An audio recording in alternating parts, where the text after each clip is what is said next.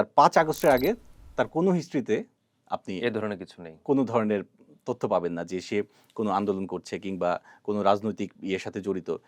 কামাল ইয়ে তো তোমার কর্মী, ওবায়দুল তো তোমার কর্মী, তো মামলাটা সম্পর্কে তোমার তো অধিকার আছে, কি করতে চাও বলো। তখন উনি ডিরেক্ট ১ কোটি টাকা দাবি করেছিলেন। ওবায়দুলের পোস্ট আসলে পরবর্তীতে ক্রিয়েট করা হয়েছে তাকে বিএনপির কর্মী হিসেবে এস্টাবলিশ করার জন্য। ফুটেজে যদি ওবায়দুল ভাইকে দেখা যায় তাহলে উনি তাহলে আমার পিছনে ওবায়দুল ভাইয়ের মতো দেখতে বেশ ধরে জিন ছিল আমার পিছনে, তাছাড়া তো কোনো সুযোগ নেই। আমরা প্রত্যেকটা ঘটনায় ইনভেস্টিগেশন করতে গিয়ে দেখি যে পুলিশ কিন্তু সবই জানে। জুলাই আন্দোলন একটা বড় ঘটনার জন্ম দিয়েছিল এবং জুলাই আন্দোলনের মধ্য দিয়ে জুলাই আন্দোলন যেটা গণ অভ্যুত্থানে পরিণত হয় এবং যার মধ্য দিয়ে একটা সরকারের পতন হয়, তারপর একটা দীর্ঘ সময় আমরা পার করে এখন একটা নির্বাচিত সরকারের অধীনে আসছি। বেশ কিছু সময় পর, জুলাই আন্দোলনের পর গ্যাজেটভুক্ত করা হয় জুলাই শহীদদের। কিন্তু আমরা এখন কি জানছি? আমরা জানতে পারছি যে এই তালিকাভুক্ত সরকারি গ্যাজেটভুক্ত কেউ কোনো জুলাই শহীদ আসলে জুলাই আন্দোলন করতে গিয়ে মারা যাননি, তাদের মৃত্যু হয়েছিল অন্য কারণে। আমরা এ নিয়ে কথা বলবো সামদানি হক নাজুমের সঙ্গে চর্চায়, তার বিশেষ প্রতিবেদন যেটা, যার শিরোনাম ছিল মোটরসাইকেল দুর্ঘটনায় মৃত্যু, তারপর সাবেক বিএনপি নেতার জাদুতে জুলাই শহীদ। এই জাদুটা আসলে কি, বা এই বিষয়টা আসলে কিভাবে সামনে এলো, আমরা তার কাছ থেকে জানবো। নাজুম, আপনাকে স্বাগত। ধন্যবাদ আপনাকে। আপনি এই যে আমরা ওবায়দুলের মৃত্যুর ঘটনা আমরা দেখলাম এবং আপনি একটা খুব বড় প্রতিবেদন, আকারেও বড় এবং সেটার ইম্প্যাক্টের জায়গা থেকেও বড়, যে বড় ধরনের একটা আলোড়ন তুলেছে বলা যায়। তো এই বিষয়টা আপনি প্রথম কিভাবে নজরে এলো আপনার?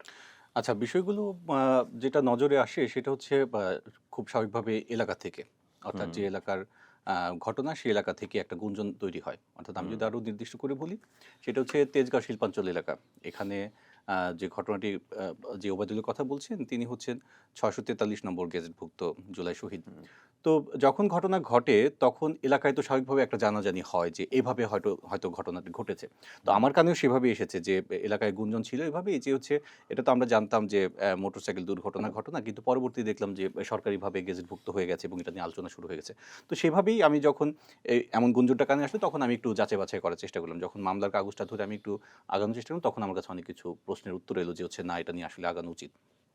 এই যে মামলার কাগজ এলো, মামলার কাগজে আমরা দেখলাম যে আপনার প্রতিবেদনে যেটা বারবার এসেছে সেটা হলো যে মৃত্যুর সময় এবং তার আক্রান্ত হওয়ার সময়, অর্থাৎ জুলাই শহীদ হিসেবে তাকে গ্যাজেটভুক্ত করার আগে যেই বিবৃতিটা বা যে ভাষ্যটার ভিত্তির উপরে দাঁড় করে তিনি জুলাই শহীদ হিসেবে মর্যাদা পেয়েছিলেন, সেটা হলো যে তিনি আওয়ামী লীগের নেতাকর্মীদের দ্বারা আক্রান্ত হন ৪ আগস্ট এবং সেটার কারণেই তিনি মাথায় আঘাত পান এবং সেই কারণে তার পরদিন মারা যান। কিন্তু আমরা দেখলাম যে তিনি আসলে মারা গেছেন বেশ পরে, মানে অন্তত ১.৫ দিন পরে, মানে আমাদের একদম যদি ঘড়ি ধরে হিসাব করি তাহলে অন্তত ১.৫ দিনের একটা গ্যাপ আছে। এবং এই যে আপনি মাঠে গিয়ে সাবেক বিএনপি নেতা, সাবেক বলতে হচ্ছে কারণ ওই বিএনপি নেতা ওই সময়ে বিএনপি নেতা হিসেবে থাকলেও পরে অন্য একটি কারণে অপকর্মের কারণে তিনি বহিষ্কৃত হয়েছেন। এটা এই তথ্যগুলো যে আপনি বের করলেন একের পর এক, যে বিভিন্ন ধাপে গেলেন, আপনি পেলেন কি আসলে? আচ্ছা, শুরুতে আবারও আসি মামলা প্রসঙ্গে। যখন এরকম ঘটনাটি আসে তখন খুব স্বাভাবিকভাবে আমরা কাজ শুরু করি যে মামলায় আসলে কি বলা হয়েছে। তো মামলাটি যখন আমরা বোঝার চেষ্টা করলাম সেখানে প্রত্যেকটি লাইনে লাইনে আসলে আমরা পড়ার চেষ্টা পড়ে কোথাও ঘাটতি আছে কিনা সেটা আসলে যাচাই করার চেষ্টা করেছি। তো মামলাটা যেভাবে লেখা হয়েছে সেটা যদি আপনাকে ছোট করে বলি, সেটা হয়েছে মামলাটির পুরো বেইজই নির্ধারণ করা হয়েছে সরকার পতনের আগের দিন, অর্থাৎ ৪ আগস্টের কথা বলা হয়েছে সেখানে। কারণ আপনি একটা বিষয় খেয়াল করে দেখবেন, মামলাটি কিন্তু পরে হয়েছে, তার কিছুদিন পরে। ওবায়দুল মারা গেল ১৩ তারিখে, ৭ দিন আইসিইউতে থাকার পরে। তারপরও কিন্তু প্রায় ৭ দিন পরে মামলাটি রুজু হয়েছে। এই সময়টার মধ্যে যেটা হয়েছে, যারাই মামলাটার পেছনে আমরা তো প্রতিবেদন তুলেছি আসলে কারা মামলা এইভাবে সাজিয়েছেন, তারা আসলে মূলত এই সময়টি নিয়ে তারা নিশ্চিত করতে চেয়েছেন যে কোনোভাবেই যেন ঘটনাটিকে ৫ আগস্টের পরে দেখানো না হয়। অর্থাৎ ৫ আগস্ট হলেও মানে সরকার পতনের পরে যেন দেখানো না হয়। কারণ ততদিনে কিন্তু একটা গুঞ্জন শুরু হয়ে গেছে যে ৫ আগস্টের পরেও কিছু নাশকতা হয়েছিল, আপনার নিশ্চয়ই মনে আছে। সেগুলো মানে জুলাই শহীদ, জুলাই যোদ্ধা হিসেবে মানে দেখানোর একটা প্রবণতা ছিল। সেই জায়গা থেকে কিন্তু তখন সাবেক অন্তর্বর্তীকালীন সরকার একটা নির্দেশনা দিয়েছিল যে ৫ আগস্ট পরবর্তী সময়কালীন যে নাশকতাগুলো সেগুলোকে আসলে জুলাই শহীদ কিংবা যোদ্ধা হিসেবে গ্যাজেটভুক্ত করা হবে না, এমন একটা নির্দেশনা কিন্তু ছিল। হুম, সেটিকে মাথায় রেখে তারা আসলে মামলাটি সাজিয়েছে এবং সাজাতে গিয়ে তারা যেমন আ সময়ের পরিবর্তন করেছে, তারা ঘটনার পরিবর্তন এনেছে। কিন্তু ওই যে যেটা আমি পরিবর্তন করব, মিথ্যা তো মিথ্যাই, সেটা তো আসলে কোনো না কোনোভাবে প্রকাশ হয়ে যায়। তো আমরা যখন মামলাটি ধরে মানে ইনভেস্টিগেশন চালাচ্ছি, তখন খুব ইন্টারেস্টিংভাবে কিছু বিষয় সামনে আসলো। সেটা হচ্ছে যে আমরা তার মাঝখানে কিন্তু ওবায়দুল সম্পর্কে একটা ধারণা পেয়ে যাই যে ওবায়দুল কি করেন, সে কোন হুম, পেশায় নিযুক্ত ছিলেন, তার পরিবারে কারা, কারা ঢাকায় থাকেন, হুম, সেগুলো আমরা মোটামুটি একটা ধারণা পেয়ে যাই। কিন্তু আমার যে জায়গাটা মামলাটা পড়ে আমার কাছে একটা জায়গায় একটু খটকা লাগলো, সেটা হচ্ছে ২ টি বিষয়, সরি। ১ম বিষয়টা হচ্ছে মামলায় উল্লেখ করা হয়েছে ৪ তারিখ সকালে হুম, হুম, ওবায়দুল এবং তার নেতাকর্মীরা ২টি মোটরসাইকেল নিয়ে বিএনপি পার্টি অফিসে এসেছিলেন একটি মিছিলে যোগ দিতে এবং সেখানে নাকি কর্মসূচি ছিল। তো হুম, আমি তাৎক্ষণিকভাবে একটু মনে করার চেষ্টা করলাম। আমি তো তখনও মাঠে ছিলাম। হুম, সেদিনের চিত্র কিন্তু আপনি যদি মনে করেন, আপনি তো নিউজ রুমে ছিলেন। ৪ তারিখে কিন্তু বিএনপির কোনো প্রোগ্রাম ছিল না হুম, এবং পার্টি অফিস কেন্দ্রে কিন্তু কোনো প্রোগ্রাম ছিল না। সেদিন যা প্রোগ্রাম ছিল শাহবাগে, এবং শাহবাগ থেকে পরবর্তীতে একটি সংঘর্ষ, হামলার ঘটনা আমরা দেখেছি। ৪ তারিখে পুলিশের সাথে বড় ধরনের হামলা, সংঘর্ষের ঘটনা হলো কারওয়ান বাজার এবং বাংলা মোটর এলাকায়। পরবর্তীতে যে লং মার্চ টু ঢাকা, সেটি ৬ তারিখে ছিল, সেটিকে ৫ তারিখে এগিয়ে আনা হয়। হুম, আপনার হুম, নিশ্চয়ই মনে আছে। হুম, সো এগুলো আমরা রিলেট করতে পারি কারণ আমরা মাঠে ছিলাম। ৪ তারিখের যে সময়টার কথা বলা হচ্ছে, আমি সে সময় মাঠে এবং আমি এই এলাকাতেও ঘুরছিলাম সংবাদ সংগ্রহ করার জন্য। আমার খুব স্পষ্ট মনে আছে সেদিন আসলে বিএনপি পার্টি অফিসের সামনে কোনো প্রোগ্রাম ছিল না। প্রোগ্রাম ছিল না। তো এটা ছিল ১ম খটকা। আমি যখন মামলা পড়া শুরু করলাম তখনই খটকা লাগলো যে ১০ টার সময় তাকে পিটিয়ে হুম, খুব গুরুতর ৪টা বিকাল ৪ টার সময় পিটিয়ে গুরুতর আহত করা হয়।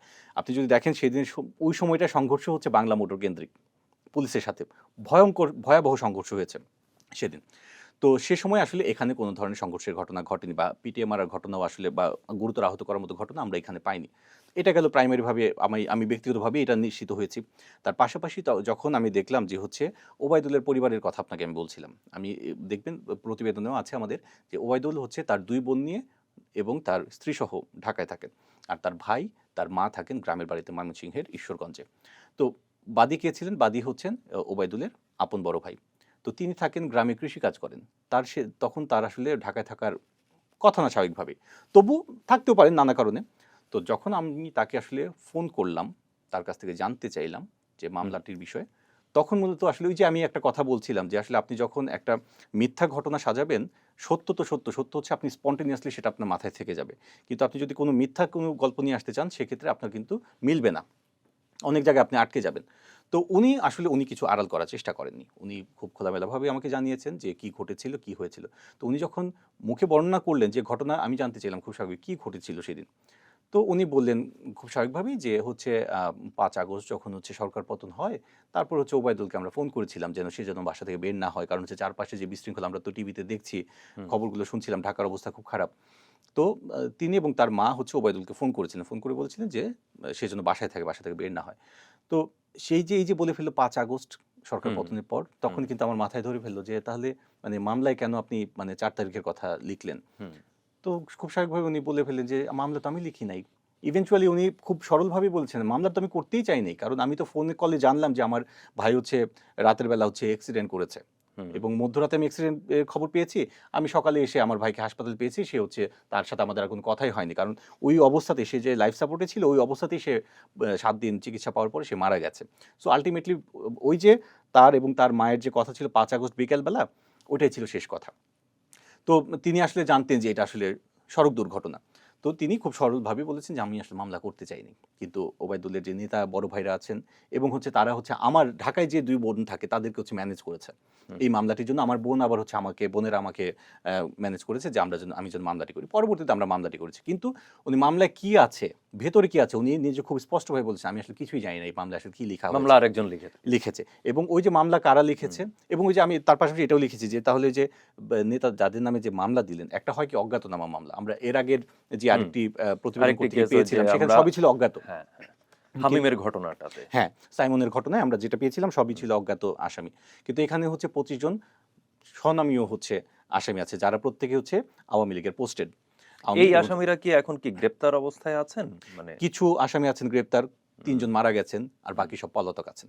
মানে হুম, এই অবস্থায় আরকি। হুম, তো আ এইটা উনি খুব সরলভাবেই আমাদেরকে বললেন, স্বীকার করলেন বা বললেন যে হচ্ছে যে ওবায়দুলের এলাকার বড় ভাইরা অর্থাৎ রাজনৈতিক বড় ভাই যারা আছেন তারা হচ্ছে মামলাটা লিখেছেন, এটা সম্পর্কে উনি কিছু জানেন। এবং উনি, আমি যখন বলছিলাম যে মামলা এটা এটা লেখা আছে, এইভাবে এইভাবে লেখা আছে ঘটনা, উনি খুব অবাক হচ্ছিলেন যে আমি তো এগুলো কিছুই জানি না। তো এটা তো তারা তো আসলে ঠিক করেনি মামলাটা, এভাবে তো এটা করা তো উচিত হয়নি। আমি জানতাম যে এটা মামলা হচ্ছে যে ঠিক আছে, সড়ক দুর্ঘটনায় মারা গেছে বা বাইক অ্যাক্সিডেন্টে মারা গেছে, তো তাকেও আবার বলা হয়েছিল যে হ্যাঁ আওয়ামী লীগের লোকরা হচ্ছে ধাওয়া করেছিল, এরকম কিছু একটা প্রথম আপনি তাহলে এই জায়গায় একটা আহ, তথ্য বিভ্রাটের দেখা পেলেন যে মামলায় আছে ৪ আগস্ট, জি কিন্তু ৫ আগস্ট বিকেলে ওবায়দুলের সাথে তার মায়ের কথা কথা হয়েছে। হয়। শুধু ওবায়দুলের মায়ের না, কিন্তু এখানে আমরা পেয়েছি ফাইন্ডিংস অনেক কিছু পেয়েছি, কারণ হুম, আমাদেরকে তো প্রমাণ করে আসতে হবে। হুম, আমরা দেখেছি যে ওবায়দুলের যে কলিগ আছে, মানে ওবায়দুল তো পেশাগতভাবে একজন কাভার্ড ভ্যান চালক, হুম, এবং হুম। দারাজের দারাজের দারাজের হচ্ছে একটি কাভার্ড ভ্যান, ডেলিভারি ভ্যান যেগুলো আছে সেগুলো হচ্ছে ২ শিফটে ভাগ করে চালানো হয়। ওবায়দুল রাতে চালাতেন, আর হচ্ছে তার যে সহকর্মী পার্টনার। আছেন তিনি হচ্ছেন দিনে চালাতেন, তার নাম হচ্ছে মনির আহমেদ। মনিরের সাথেও বিকেল ৫টার সময় ৫টা ১৮ মিনিটে কথা হয়। মনির তখন, সেটা আপনি প্রতিবেদনে উল্লেখ জি জি, করেছেন। তো শুধু এরকম অনেকগুলো সিগনেচার কিন্তু রয়েছে, যে হচ্ছে ৫ আগস্টে আমরা কিন্তু এক্সিস্টেন্স পেয়েছি ইয়ের ওবায়দুলের। তো সেটা ৫ আগস্ট রাতে হলেও কোনো সমস্যা ছিল না, কিন্তু যখনই ৪ আগস্ট চলে আসলো সময়টা, তো সেটা কিন্তু বড় ধরনের একটা প্রশ্ন আমার সামনে ঠেলে দেয়। তো সেটা ধরে আমি আসলে মূলত এগিয়েছি পুরো ইনভেস্টিগেশনে। এই যে এই জায়গাটাতে আপনি প্রথম বিষয় হলো যে আপনি বিএনপির সংশ্লিষ্ট সেই সময়কার এলাকার বড় ভাই বা জি রাজনৈতিক বড় ভাই হিসেবে যাদের খোঁজ পেলেন সেখানে আহ, একজন আনোয়ার একজন আছেন, জি আরেকজন আছেন আলী, মোহাম্মদ আলী, জি এবং আরেকজন আছেন কামাল খান। কামাল খান। জি, এই যে শেষ পর্যন্ত ৩ জন উপস্থিত ছিলেন এই ধরনের মামলাটা মামলাটা করার সময়। জি লেখার সময়। তো শেষ পর্যন্ত দেখা গেল যে কামাল খানের দিকেই আসলে পুরো তীরটা যাচ্ছে, যায়। এবং মির্জা আনোয়ার এবং মোহাম্মদ আলী দুজনেই বলছেন যে আসলে ওবায়দুল হচ্ছে ওবায়দুল কামাল ওনার খানের ওনার কর্মী। হ্যান্ড, ওনার কর্মী জি। যেহেতু, সেই ক্ষেত্রে আমরা এখানে আমাদের কোনো ভাষ্য হ্যাঁ, ছিল এই না, এটা জায়গাটা আমি কামাল একটু খানের। পরিষ্কার করি যে হুম, মানে হয় কি স্বাভাবিকভাবে, এটাও পরবর্তীতে আমার কাছে তাদের কথাটাও আমার কাছে খুব যুক্তিসঙ্গত মনে হয়েছে।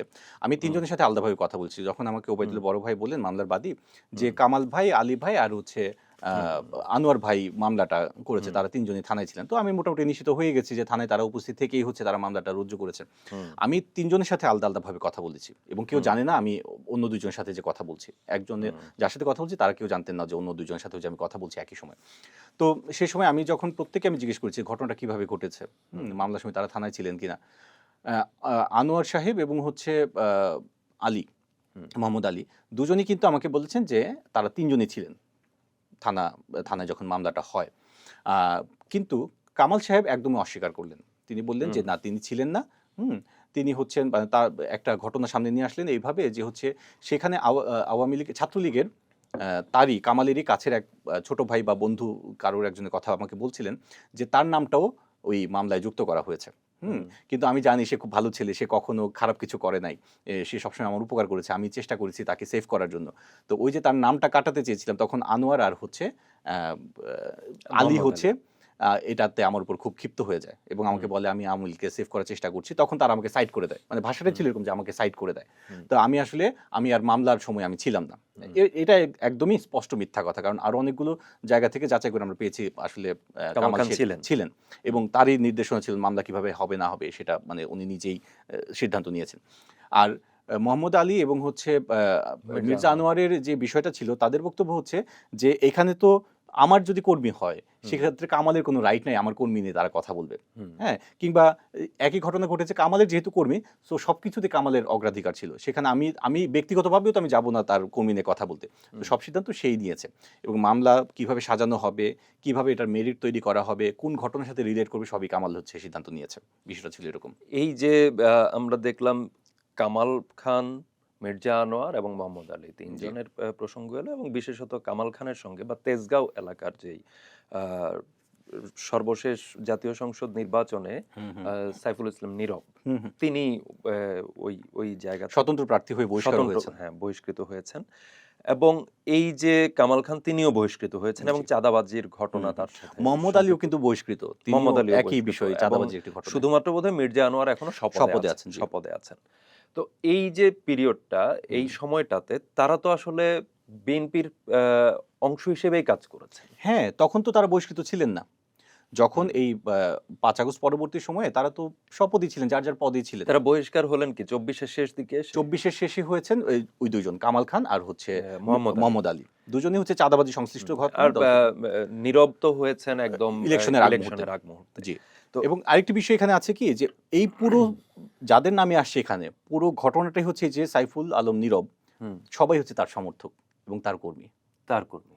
এবং ওবায়দুল ঘুরে ফিরে তাদের যেভাবে কামাল খানের কর্মী একইভাবে হচ্ছে নীরব সাহেবের কর্মী। উপরের দিকের জি, চেইনে জি, গেলে আমরা জি। পুরো ঘটনাটাই হচ্ছে মানে আপনি যদি বলতে চাই এটা যদি পিরামিড হয় তাহলে সাইফুল আলম নীরব হচ্ছেন মাথায় আছেন একদম উপরে, আর নিচের দিকে ওনারা সব মানে কর্মী হিসেবে ওনারা সমর্থক কর্মী হিসেবে হিসেবে আছেন। জি। আছেন। তো এই যে এই বিষয়টা, এটা ধরেন হলো আমরা পরপর দুটো ঘটনা আমরা পেলাম আসলে। হুম, দুটোর হুম। ক্ষেত্রেই আপনি সম্পৃক্ত ছিলেন রিপোর্টটি বের করে আনার ক্ষেত্রে। এবং এই ক্ষেত্রে মুক্তিযুদ্ধ মন্ত্রণালয়ের জুলাই অভ্যুত্থান যে শাখা, শাখা। সেখানকার সাথে আপনি কথা বলেছেন, জি। সেখানকার দায়িত্বপ্রাপ্ত ব্যক্তির সঙ্গে। তিনি বারবারই আগেরবারও দেখলাম যে তিনি হুম, হুম, বলছেন হুম। যে, "আপনারা প্রতিবেদন করুন, আমরা সেটার ভিত্তিতে এটা যাচাই-বাছাই করে রাইট। আমরা এটাকেই তারা করব।" খুব অ্যাপ্রিশিয়েট করছে বিষয়গুলো। তো তারা চাচ্ছেন। সেক্ষেত্রে তারা নিজেরা কেন এটা যাচাই-বাছাই করছে না? আচ্ছা, এখানে আমার কাছে বিষয়টা খুব ইন্টারেস্টিং লেগেছে। আমিও মানে উনারাও একটু কথা বলেছেন আমার সাথে। হুম, একটু খেয়াল করে দেখবেন যে উনারা কিছু প্রক্রিয়ার কথা আমাদেরকে বলে দেয় আমরা যখন যোগাযোগ করি হুম। যে এই বিষয়গুলো আপনারা জুলাই রিলেটেড যে সংগঠনগুলো আছে তাদের মাধ্যমে অভিযোগ আকারে আমাদের কাছে দিন, আমরা আসলে তখন ব্যবস্থা নিতে এখানে পারব। কি কোনো ভয় কাজ করছে তাদের? আমার মনে হয় তাই। ব্যক্তিগতভাবে আমার তাই মনে হয়েছে। ভয় বলতে কি একটা শঙ্কা যে আসলে কি করব, কি করব না। কি করতে কি হয়ে যাবে। মানে বা সেই আবার ভয়টা কি মবের মব ভয়? কালচার, রাইট, আপনি আমার সঠিক পয়েন্টে চলে এসেছেন যে সেটা হচ্ছে এক ধরনের মব কালচারের ভয় কিন্তু আমরা দেখি যে ওই জায়গাটাতেও আছে। না হলে আপনি দেখেন যে অনিয়মকে আসলে নিয়ন্ত্রণ করবে, খুব স্বাভাবিকভাবে সেটা ব্যবস্থা নিবে যে দায়িত্বপ্রাপ্ত আছে। মুক্তিযুদ্ধ মন্ত্রণালয় এটা হচ্ছে অথরিটি। হুম। সো তাদের আসলে ব্যবস্থা নেওয়ার জন্য বা কারণ অভিযোগের তদন্তকারী প্রয়োজন হয়। কর্মকর্তা তিনি হ্যাঁ। বলছেন যে, "আমরা বিষয়টি অবহিত, আমরা হুম, হুম, বুঝতে হুম। পেরেছি বিষয়টা এরকম। উম আমাদের কাছেও তথ্য আছে।" জি। কিন্তু তারা পদক্ষেপ নিতে নিতে পারছে পারছে না। না। তারা বলছে যে ওই বিষয় আমাদেরকে বলা হয়নি, সো আমরা ওখানে যাব না।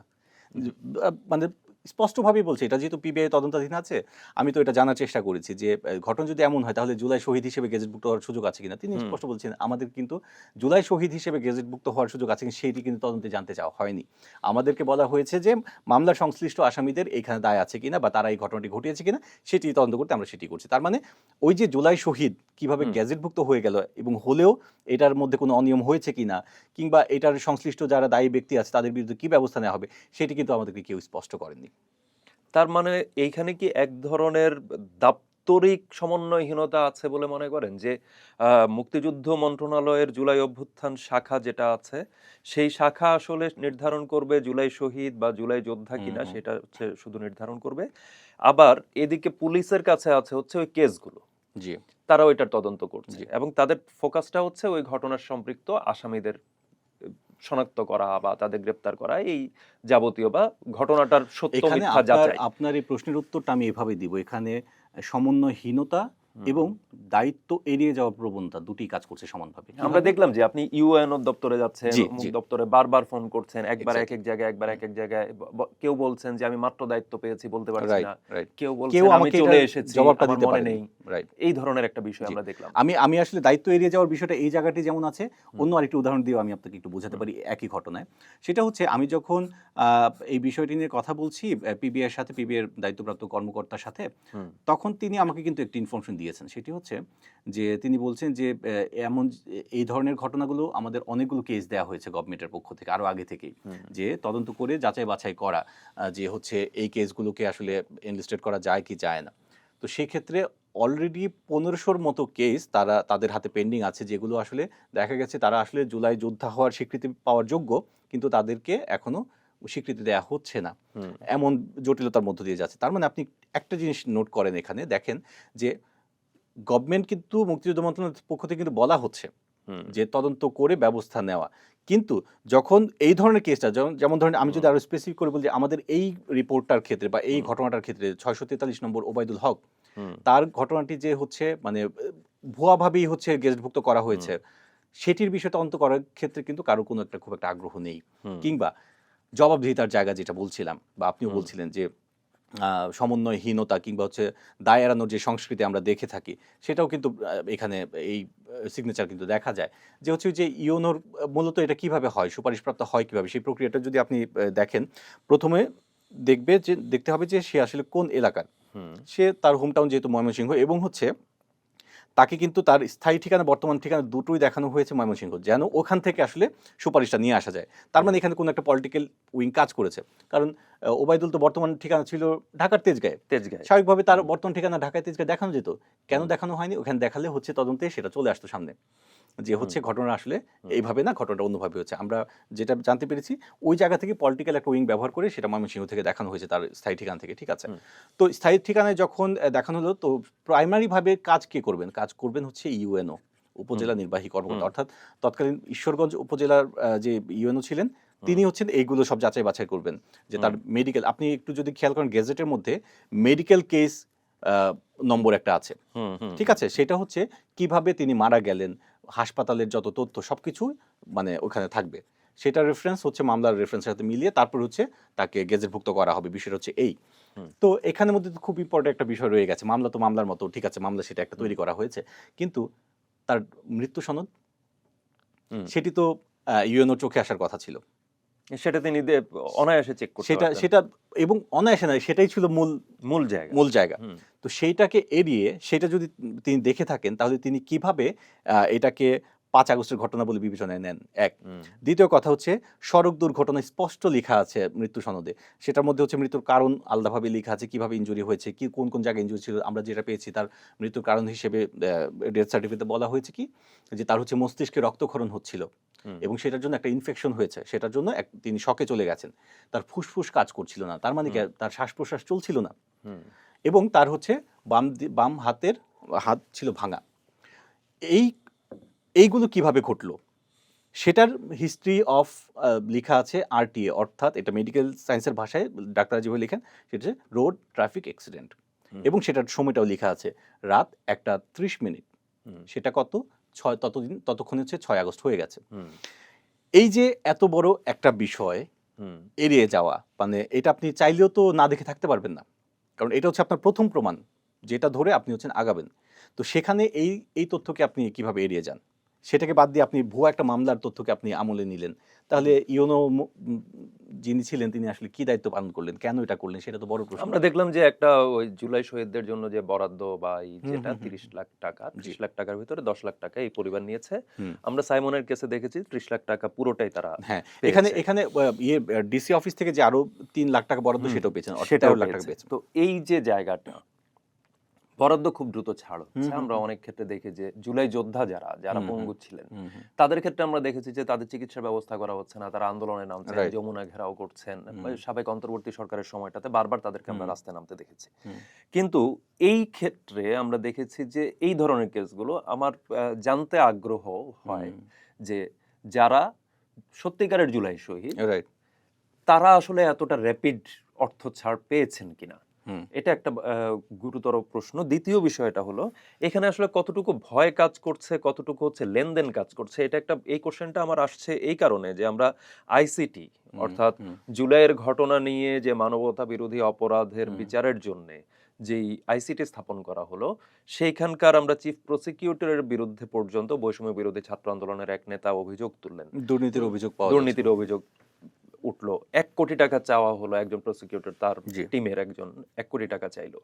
তার মানে একটা লেনদেন কিন্তু এই টোটাল ঘটনাগুলোর সাথে ঘটছে। একটা হচ্ছে মব ঘটছে, যেটা আপনি হুম, হুম, শুরুতে একটা পর্যায়ে বললেন যে আ প্রশাসন আসলে অবহিত হলেও তারা আপনাকে উৎসাহ দিচ্ছে, হুম, কিন্তু হুম, তারা নিজে পদক্ষেপ নিচ্ছে না। একটা রাইট। মবের ভয় হয়তো আছে। জি। সেক্ষেত্রে লেনদেনের ইস্যুটা কি আছে কিনা? আচ্ছা, লেনদেনের ইস্যুটা আছে, কিন্তু সেটা অন্যভাবে যদি এই কেসের ক্ষেত্রে আমি বলি। হুম। এবং এই কেস না শুধু, এই কেসের বা এই ধরনের যে ঘটনাগুলো আছে, আমি যে কয়টাই জানি সবগুলোর ক্ষেত্রে একই ঘটনা ঘটে। সেটা হচ্ছে কি, এখানে আপনি একটু খেয়াল করেন। এখানে শুধু কিন্তু মানে আ লেনদেন বলতে কিন্তু ওই যে সরকারের কোষাগার থেকে যে অর্থটা বরাদ্দ করা হচ্ছে, বিষয়টা কিন্তু তা না। হুম। এটার এটাকে ওই যে মামলাটাই হচ্ছে একটা বাণিজ্যের একটা হাতিয়ার তৈরি করে ফেলা হয়। কিরকম? হুম। সেটা হচ্ছে, মানে ধরেন ২ টা বিষয়। একটা হচ্ছে যে যে ভুক্তভোগী ফ্যামিলি, তাদের যে ক্ষতিপূরণটা, সেটা সেখান থেকে যদি অর্থ ছাড় করা হয় কিংবা এখান থেকে যদি টাকা নেওয়া হয়, তাহলে সেটা জানাজানি হয়ে যেতে পারে খুব সহজে। হুম। খুব স্বাভাবিক। আচ্ছা। এই রিস্কটা যারা এই ধরনের কাজগুলোর সাথে জড়িত, তারা আসলে নেন না। না নিয়ে কি করেন? তারা আসলে এই যে মামলাটাকে ব্যবহার করেন। এই মামলার আসামি মামলার আসামিদেরকে হয়রানি করা, তাদের কাছে টাকা নেয়। এখানে একটা ছোট ঘটনা আছে যেটা আমি রিপোর্টে আমি আসলে অন্তর্ভুক্ত করিনি, যেহেতু আমি একদম কোর এভিডেন্স একটা পাইনি। সুনির্দিষ্ট জায়গার হ্যাঁ। দিকে। তো সেটাতে এই ক্ষেত্রে কি হয়েছে, যেমন মামলার একজন আসামির স্ত্রীর সঙ্গে আমার কথা হয়েছে। হুম, তো তিনি অলরেডি জেল হাজতে আছেন এই মামলায় আটক হয়ে। তো সেখান থেকে এই যে কামাল খানের যে কথা বলা হচ্ছে, তো কামাল খানের কাছে তিনি আটক হওয়ার আগে কামাল খানের কাছে তিনি প্রস্তাব নিয়ে গিয়েছিলেন যে তুমি তো জানো যে এটা তো আসলে ভুয়া মামলা, তুমি কেন আমাদেরকে হয়রানি করছো?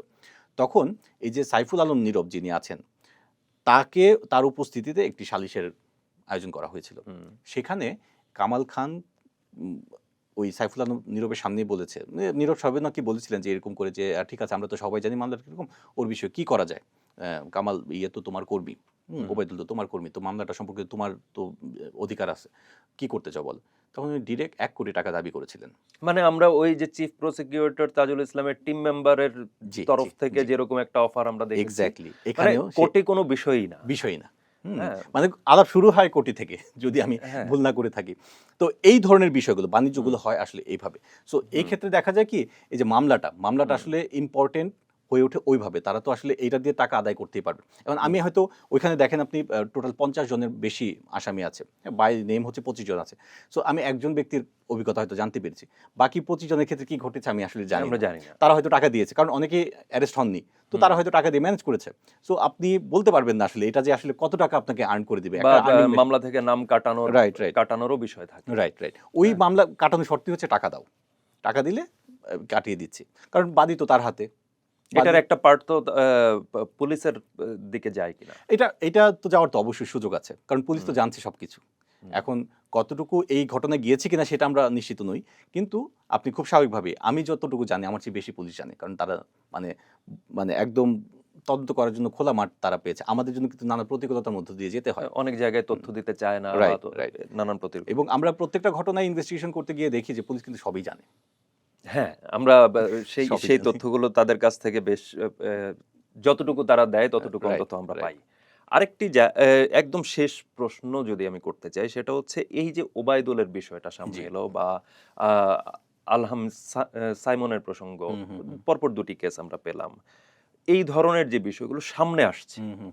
সেটা নিয়ে আল্টিমেটলি প্রশাসন কতটুকু তৎপর হবে বলে মনে করেন? তারা তো বলছে যে তারা যাচাই-বাছাই বা আপনাকে হুম। উৎসাহ দিচ্ছে বা রাইট। সংবাদ মাধ্যম যেন এই বিষয়গুলোকে সামনে নিয়ে আসে, সবার প্রতি হুম। এই বার্তাটা হুম। তারা দিচ্ছে। কিন্তু তুলে আনার পরে তারা আসলে পদক্ষেপ নেবে কি? কি আচ্ছা, মনে হয়? এইখানে আমারও একটু সংশয় আছে। কারণ কি, আবার এখানে একটা, যেহেতু এখন একটা রাজনৈতিক সরকার, আমার কিছু ক্ষেত্রে মনে হয় কিছু রাজনৈতিক কৌশলও থাকবে এখানে।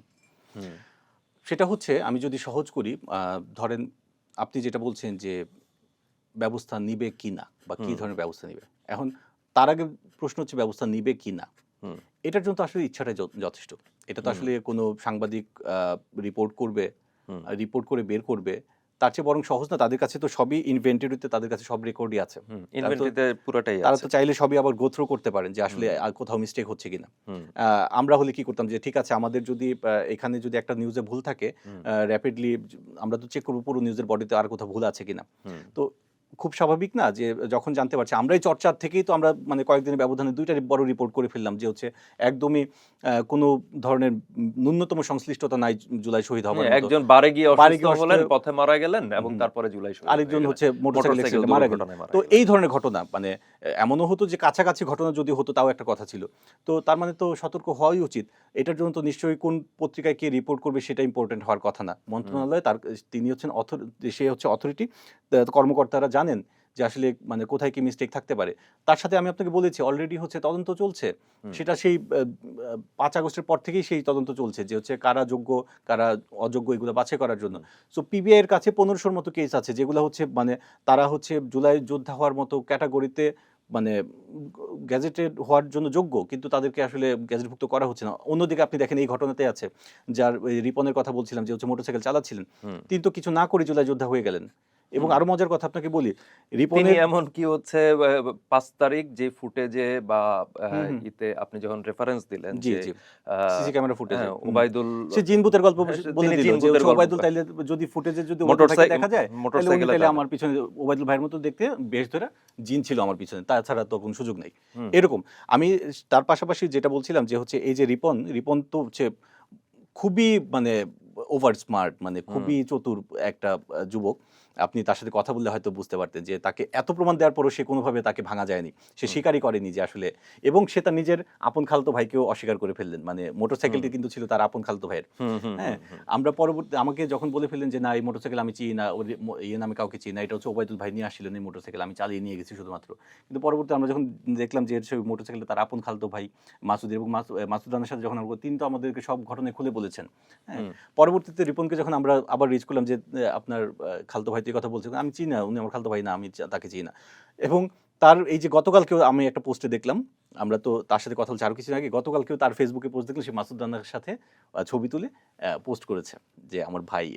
তো দেখেন, মানে একটা আপনি অস্বীকার করবেন, কিন্তু আপনি তো মাথায় রাখতে পারবেন হবে যে আপনি আসলে কতটুকু মিথ্যাকে ক্যারি করছেন, হ্যাঁ, বা আপনি কতটুকু সত্যকে ডিনাই করছেন। এইটা যেমন আছে, এই রিপন সম্পর্কে আরেকটু তথ্য দেই। সেটা হচ্ছে যে রিপনের ফেসবুক পেজ যদি আপনি ঘাটেন, তো দেখবেন যে গত 24 অক্টোবর থেকে তার র্যান্ডমলি এই যে নীরব সাহেবের যে প্রচারণা বা হচ্ছে যাই হোক কর্মকাণ্ড, তার সাথে সে জড়িয়ে গেলেন এবং হচ্ছে সে খুব পলিটিক্যালি ইনভলভ হয়ে গেলেন বিএনপির রাজনীতির সাথে। তার আগ পর্যন্ত সে যে জুলাই যোদ্ধা, তার মানে সে তো মাঠে ছিল, আন্দোলন করেছে, তারপরে সে আহত হয়েছে। তার দেখবেন যে অদ্ভুতভাবে তার 5 আগস্টের আগে তার কোনো হিস্ট্রিতে আপনি এ ধরনের কিছু নেই। কোনো ধরনের তথ্য পাবেন না যে সে কোনো আন্দোলন করছে কিংবা কোনো রাজনৈতিক ইয়ের সাথে জড়িত। হঠাৎ করেই ৫ আগস্ট, এবং আরো মজার বিষয় হচ্ছে সে যে নিজে জুলাই যোদ্ধা, আহত যোদ্ধা হিসেবে যে গেজেটভুক্ত হয়েছে, সে তো নিজের ওই কথাটাও তো লিখবে যে সে ওই জায়গায় গিয়ে হচ্ছে আহত হয়েছিল, সে গেজেটভুক্ত হয়েছে, তাই না? তো সে সম্মাননা পাচ্ছে। তারপরে ওবায়দুলকে হচ্ছে মোটামুটি বিএনপি খুব বড় ধরনের সম্মাননা দিয়ে দাফন করেছে। পার্টি অফিসের সামনে হচ্ছে তার জানাজা হয়েছে। তো এই যে বিষয়গুলো, এগুলো তো আসলে কি একটা ধরেন যে আমি যদি এখানে থাকি, আমার জন্য তো এটা তো গৌরবের। আমি তো সেগুলো প্রচার করব। তার কিন্তু কোথাও এগুলো নেই। হঠাৎ করেই সে বড় একটা ট্রানজিশন পিরিয়ডের পরে তার ফেসবুক স্ট্যাটাস গুলো যদি আপনি খেয়াল করেন, সে হয়ে গেল হচ্ছে বিএনপি কর্মী। তার কিন্তু জুলাই যোদ্ধা হিসেবে সে নিজেকে স্বীকৃতি দিচ্ছে না তার মানে। কিন্তু সে গেজেটভুক্ত, মানে জুলাই যোদ্ধা। তো এখানে যেটা হয়েছে, মানে পুরো বিষয়টাই সাজানো হয়েছে খুব পরিকল্পিতভাবে, এবং এটা ওই যে যেমন বললাম যে ওবায়দুল হচ্ছে কামাল খানের সরাসরি কর্মী, একইভাবে রিপনও পরবর্তীতে কামাল খানের কর্মী হয়ে যায় আর কি। তো আমার আরও একটা বিষয় প্রশ্ন এখানে আছে, যদিও আমি সেটা শেষ করতে পারিনি, আমি কাজ করলে হয়তো সেটাও বের করতে পারতাম, যে ওবায়দুলকে আপনি খেয়াল করেছেন মামলায় কিন্তু বলা হয়েছে সে হচ্ছে বেগুনবাড়ি ৯ নম্বর ইউনিটের সাধারণ সম্পাদক, তার মানে সে তার একটা পোস্ট ছিল। হুম, কিন্তু অদ্ভুত বিষয় হচ্ছে ওবায়দুলের, আমার আমার যতটুকু আমি শুনেছি যে ওবায়দুলের পোস্ট আসলে পরবর্তীতে ক্রিয়েট করা হয়েছে তাকে বিএনপির কর্মী হিসেবে এস্টাবলিশ করার জন্য, এবং এই ওবায়দুলকে দেখিয়ে এই যে পার্টি অফিসের কাছাকাছি চলে আসা, বড় বড় নেতাদের সাথে মানে যোগাযোগ রক্ষা করা, এটাও কিন্তু আরেকটা বিষয়। এবং এই যে নীরব সাহেবের কথা আমি বলছিলাম, নীরব সাহেব কিন্তু ব্যক্তিগতভাবে এই ওবায়দুলকেও চিনতেন না, কিংবা হচ্ছে এই রিপনকেও চিনতেন না, কিন্তু আপনি যদি এখন দেখেন এই রিপন হচ্ছে এই নীরব সাহেবের খুব কাছাকাছি থাকে, কোনো একটা প্রোগ্রাম হলে সে গিয়ে রিসিভ করতেছে। সো এই যে কাছে চলে আসার, এবং এই যে দুই কর্মীকে ধরেন যে মানে ইউটিলাইজ করে হচ্ছে কামাল সাহেব আরও নীরব সাহেবের কাছে চলে গেলেন, এইগুলা হচ্ছে মানে নিজের ব্যক্তিগত রাজনৈতিক চাওয়া পাওয়ার জায়গা থেকে আসলে অন্যকে বিকিয়ে দেওয়া বা হচ্ছে তাকে ব্যবহার করা, বিষয়টা হচ্ছে এই। ধন্যবাদ নাজুম। আমরা এই যে জুলাই শহীদ বা জুলাই যোদ্ধা, এই জায়গাটাতে একটা তাদের যারা সত্যি সত্যি মাঠে ছিলেন, যারা সত্যি সত্যি আন্দোলন করেছেন বা সেই সময় আক্রান্ত হয়েছেন, তাদের পরিবার সন্তান হারিয়েছে বা আপনজন হারিয়েছে, সেই যে জায়গাটা, সেটা নিয়ে কেউ আসলে ব্যবসা করুক বা হচ্ছে রাজনৈতিক ফায়দা নিক, সেটা সম্ভবত কেউই চায় না। এই জায়গাটাতে নাজুম যেটা বললেন, আমরা আলাপে যেটা দেখলাম, আপনারা প্রতিবেদনটি পড়তে পারেন, প্রতিবেদনের ভিডিওটি চর্চায় দেখতেও পারেন, কিন্তু একটা জায়গা নাজুম এই আলোচনায় বললেন, সেটা হলো প্রশাসনের বিভিন্ন পর্যায়ে আসলে এই বিষয়গুলো সম্পর্কে অবহিত বা তাদের নিজস্ব তদন্তে বা তাদের সামনে যে প্রমাণগুলো থাকা দরকার, যেগুলো অবশ্যই চেক করা দরকার ছিল, সেই জিনিসগুলো তাদের কাছেই আছে। সেখান থেকে নিয়েই আসলে প্রতিবেদকেরা প্রতিবেদন তৈরি করেন, সংবাদ মাধ্যমগুলো সেগুলো প্রকাশ করে। তারা সেটা যদি ঠিকমতো চেক না করেন বা যদি এড়িয়ে যান, সেখানে কি কি থাকতে পারে? একটা বিষয় এলো যে লেনদেনের প্রসঙ্গ থাকতে পারে। আরেকটি বিষয় এলো যে মবের ভয় থাকতে পারে। আমরা মুক্তিযুদ্ধ মন্ত্রণালয়ের জুলাই অভ্যুত্থান শাখার যে দায়িত্বপ্রাপ্ত ব্যক্তি, তিনি যখন আমাদের সংবাদ মাধ্যমকে উৎসাহ দিচ্ছেন যে আপনারা এই ভালো কাজগুলো করুন, এগুলো সামনে নিয়ে আসুন, আমরা পদক্ষেপ নেব, তিনি উৎসাহ দিচ্ছেন। প্রশ্ন আসে যে তিনি নিজে কেন করছেন না, বা তার যেই অফিস সেটা সেটা তারা কেন করছে না। এই প্রশ্নের উত্তরেই কিন্তু সে ভয়ের প্রসঙ্গটি আসছে, কারণ আমরা বিভিন্ন সময় দেখেছি যে জুলাই যোদ্ধা বা জুলাই শহীদ এ নিয়ে প্রশ্ন তোলার সাথে সাথে কোথাও না কোথাও মব হয়েছে, কোথাও না কোথাও থেকে হুমকি এসেছে। আমরা পথে নানা ধরনের আন্দোলন, ভাঙচুর এসব দেখেছি। পাশাপাশি আইসিটির প্রসঙ্গ এলো। আইসিটিতে যেই ১ কোটি টাকা, এখানেও একটা ১ কোটি টাকার আ হিসাব আমরা পেলাম, যেটা হয়তো সামনে কোনো একটা প্রতিবেদনে আসবে। কিন্তু এই যে টাকার লেনদেন, মামলা-বাণিজ্য, সে মামলা-বাণিজ্য কিন্তু ব্যাপকভাবেই উপস্থিত। এ বিষয়ে সরকার আসলে পদক্ষেপ নিবে এবং অন্যদেরকেও, যারা জুলাইয়ে সত্যি, সত্যি সম্পৃক্ত ছিলেন বা আন্দোলনে, বিভিন্ন আন্দোলনেই যারা আসলে সোচ্চার হন, তারা অন্তত এইসব ক্ষেত্রে, এই ধরনের পদক্ষেপের ক্ষেত্রে যৌক্তিক অবস্থান নেবেন। এটাই প্রত্যাশা। আপনারা আপনাদের মন্তব্য জানান, আপনারা আপনাদের মতামত প্রকাশ করুন চর্চার ইউটিউব চ্যানেল এবং ফেসবুক পেজের কমেন্ট বক্সে।